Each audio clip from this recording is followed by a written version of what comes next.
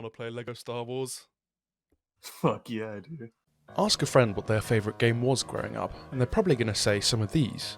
A Mario game of some kind, one of the many Pokemon games, Mario Kart, and of course, some sort of Lego game. Lego games are the cornerstone of any good childhood. It's like breakfast, but if you step on your breakfast, you don't need a 3-day trip to the hospital. But before Lego games became a giant franchise, making Lego games of anything from Jurassic Park to all Harry Potters to Marvel and DC Comics, all of the Pirates of the Caribbean, Indiana Jones, Lord of the Rings and The Hobbit, there was the original. Star Wars. What an iconic franchise. Iconic moments, iconic characters, iconic lines, but also iconic not so good lines. I don't like sand. It's coarse and rough and irritating, and it gets everywhere. But one thing has remained constant: the enjoyability on the young minds of children. This is where TT Games comes in.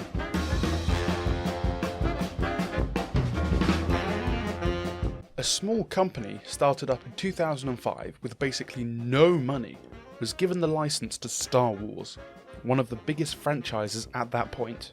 With Revenge of the Sith about to be released, TT Games was tasked with making a video game on the Star Wars brand. I wasn't there, but I assume they were, as we say in the business, shitting themselves. And so, they made the first ever Lego game, titled Lego Star Wars, the video game, and based on the prequel trilogy of Star Wars films. To say it was a huge success would be an understatement. So, they decided with the success of the prequel Lego games to make a game based on the original trilogy, called Lego Star Wars 2, the original trilogy, only a year later in 2006. Another success. But the one that most people remember, and I played as a child, was Lego Star Wars The Complete Saga, a collection of all 6 movies, the originals and the prequels, but I haven't played the games since I was a child. And it came out over 13 years ago. Is it still good? Yes. Yes, it is. From those first 2 characters flashing up on the screen, the memories came flooding back in. But nostalgia blinds the bad parts of the past and overemphasizes the good parts. So, now I need to take a good hard look at this game and make sure it's actually still good. There are timestamps in the description for each episode and part of the video. In this part, I'll be going through the prequel trilogy of games, starting with Épisode 1, La menace fantôme. You can't play any of the other episodes until you play the first mission from the first episode, Negotiation. It's a great tutorial mission. It starts with Qui-Gon and Obi-Wan going to the Trade Federation to, as the mission states, negotiate. It goes south and the pilots get murdered. I'm going to keep a death counter for all the people who die in cutscenes for the whole thing. Negotiation teaches you the basics of the game, using the Force, how certain robots can use certain panels to advance the level, and Jedi can double jump. It starts very restrictive, but opens up into a big battle at the end with some droidekas. Only problem is that it's rather short, and the droidekas eat up your hearts very quickly, leading to a large amount of stud loss. But once that's all over, Gon and Wan hop on a transport ship, and it's off to Naboo. Naboo has never been the best part of Star Wars, and in this game, it doesn't look amazing. It looks more like a Garry's Mod flat map than a game from 2005. Quick reminder that Shadow of the Colossus came out the same year. Anywho, Qui and Obi make it into Naboo and meet Jar Jar, and sadly save him. Jar Jar can jump higher than other characters, and that is all he is good for. He can't fight, and really isn't that helpful, apart from in this level, where he is needed to parkour over larger rocks that Jedi can't jump over. Trekking through more swampland, and into the PNG of the Gungan city. God, it looks dated. Once in the city, they trick the king to give them the boat and escape to the royal palace of Naboo.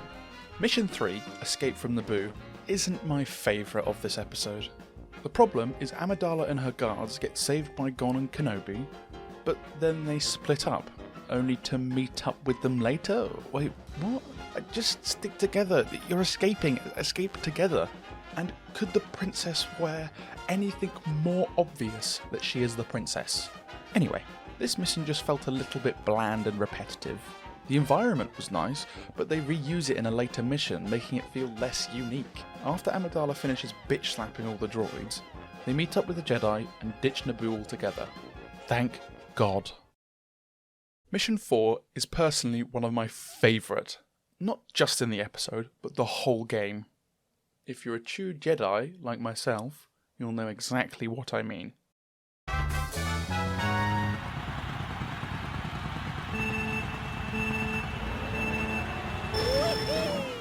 Now this is pod racing. Mission 4 is the pod racing mission, and it's an absolute classic. You have to win the pod race in order to get enough money to fix the ship to get back to Naboo, after just leaving it. Still a good mission though. You feel the speed when you hit those boosters, and you can rack up a ton of studs. And of course, more murder never hurt anyone. Except, you know. Sadly, the updated pod racing is much easier than the original pod racing. I ain't complaining. You win, and you get back on the ship to Naboo. Retake Theed's palace is a mission. Yeah, that's it. The best part of it is surprisingly the graphics. God damn, look at that floor. You've been using Mr. Clean on that shit? But apart from the spotless floor, it's okay. It feels very similar to Escape from Naboo. There's a lot of characters in this mission, and they just seem to get in the way. You have a child in a war zone, you got Jedis, you got robots, you got queens, you got Jesus, you got Mario, and how could I forget Freddy Fazbear from Freddy Fazbear's Pizza? Just a very full screen, and they don't really do much except having to stand on 6 buttons. The mission ends with having to save 6 different NPCs to defeat the Trade Federation. You save them all and the child flies away. Anakin was never seen again, he never murdered any children, and died in the vacuum of space. The end.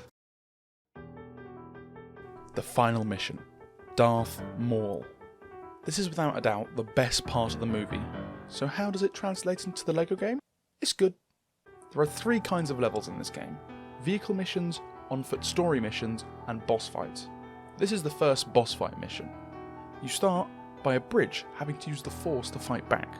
Once you bomb him 3 times, you give chase to the Dark Lord. Only to take a break and kill some droids, which really ruins the pacing. After dealing with them and a few more droidicas, you finally face Maul. Oh, for fuck's sake. Once you do some tedious hallway shit, you then fight Maul. The problem with boss fights in this game is they can attack and parry you, but the one thing they can't beat is jump attacks. Qui-Gon gets murdered, Maul gets murdered. The end. Well, Qui-Gon's funeral, and then the end. Episode 1. Good highs, and some mediocre moments, but nothing bad though. A good start. Keep it up, game. I give it a 7.35 out of 10. On to Folge 2 Angriff der Klone. We start with an assassination attempt on Padmé's life, but I think she should have just hid under her see-through blanket. If you're playing this game in order, this would be your first proper flying mission, chasing after the bounty hunter who attacked Padmé. You chase her through the city and into this arena area, which Anakin, the best pilot in the galaxy, can't just fly out of. This introduces you to plasma balls that you can collect and fire objects that can't be destroyed by normal laser fire. You destroy the barriers and continue the chase because the bounty hunter decided to wait for you for some reason. You chase her through Coruscant some more, and then into another arena, this time with twice as many beacons to destroy. Very fun game design. Once that's taken care of, you fight the bounty hunter, win, and then she dies. On to Kamino. Although in episode 1 I railed on the game's graphics on Naboo, Kamino actually looks quite nice, with the rain and choppy seas to the clean interior. The biggest problem with this level is the co-op.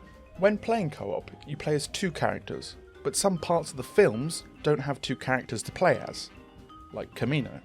And so, one person plays as Obi-Wan Kenobi, and the other, let's call him the little brother, is stuck playing the R2-D2 clone. Another problem with the whole game that occurs in this level is the music.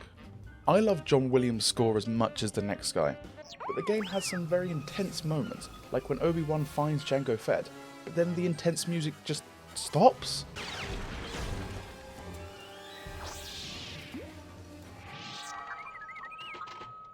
Even when I'm being shot at. Just a nitpick though. You chase down Jango and fight him and Boba in their ship. They fly off and that's the mission.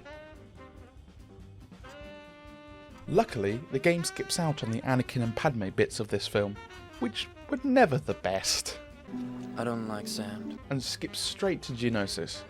Geonosis has an amazing atmosphere with the droid factory, although the presses on the conveyor belts kill you if you scrape a part of your head on it. Carrying on, we meet R2 and 3PO. I don't know how they got there, especially C-3PO, as he can't do anything on his own in this game, but once they all meet up, they find the captured Obi-Wan Kenobi, and then they get captured too. Next comes the arena battle. Mace Windu arrives and saves the day.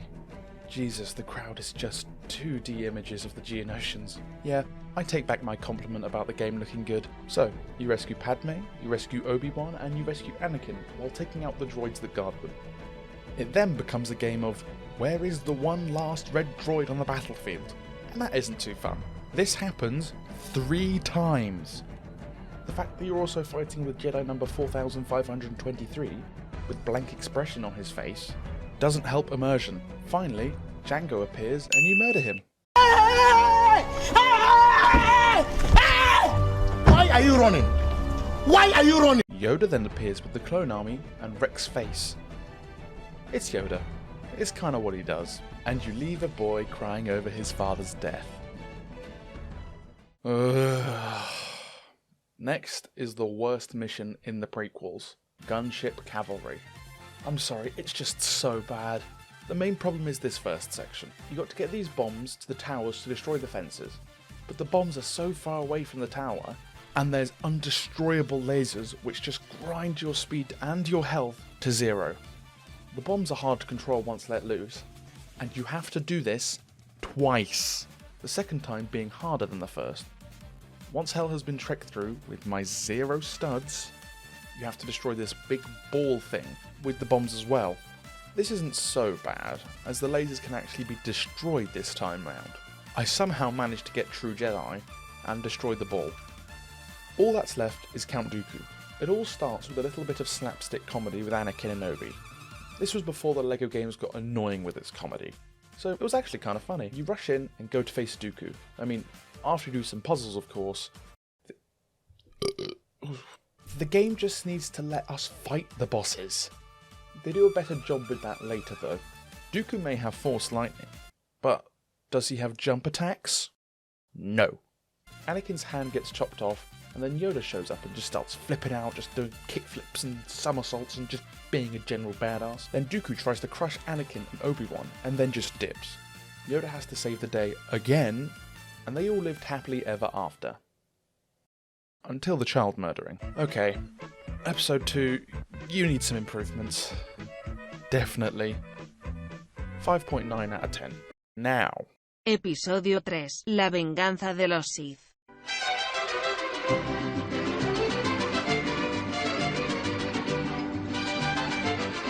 In my humble opinion, which is the correct opinion, this is the best episode in the complete trilogy. It's the most balanced in its mission variety, and there's not much fat on it. Every mission is different and unique, with different set pieces. It starts with the battle over Coruscant, which is an on-rail shooter through the battle.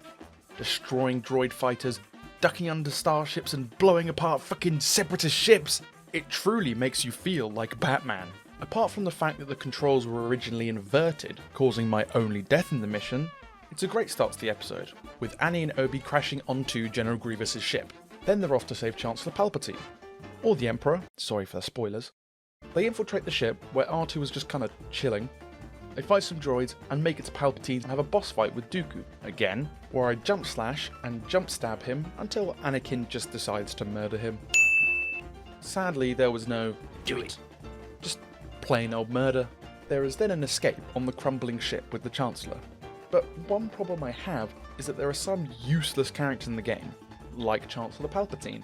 Although he is a Sith Lord, When he's the Chancellor, he can't do anything. When I say nothing, I mean nothing. No blasters, no attacks, no nothing. General Grievous manages to escape, and leaving the Jedi having to destroy these surprisingly hard guards, and then having to land the whole ship onto a 2D PNG that didn't age well. And that's the end of Mission 2. Mission 3 is Obi-Wan Kenobi's battle with General Grievous. It's just a small arena with him and Commander Cody, who is about as useful in this fight as a nether reactor core block. Only true gamers get that reference. There isn't too much to say about this mission, it's very small and very short. After murdering Cody, Obi-Wan then murders Grievous, and that's that. Short and sweet. Mission 4 is probably the worst out of the missions in Episode 3, but it's not awful. Yoda comes to Kashyyyk as Order 66 has been put into effect. Yoda must then escape with the help of Chewbacca by making your way to the escape pod. The part that's the most annoying is the beach section. Fuck! Beach section. Beach section. There we go. As the droids and clones storm the beaches of Normandy, I mean Kashyyyk, they don't stop coming, and they don't stop coming, and they don't stop coming, and they don't stop coming. I'm trying to build an AT-ST, and 50 droids come up in my ass. I don't like constant spawning of enemies in this game. They just murder you so much, and you lose basically all of your studs.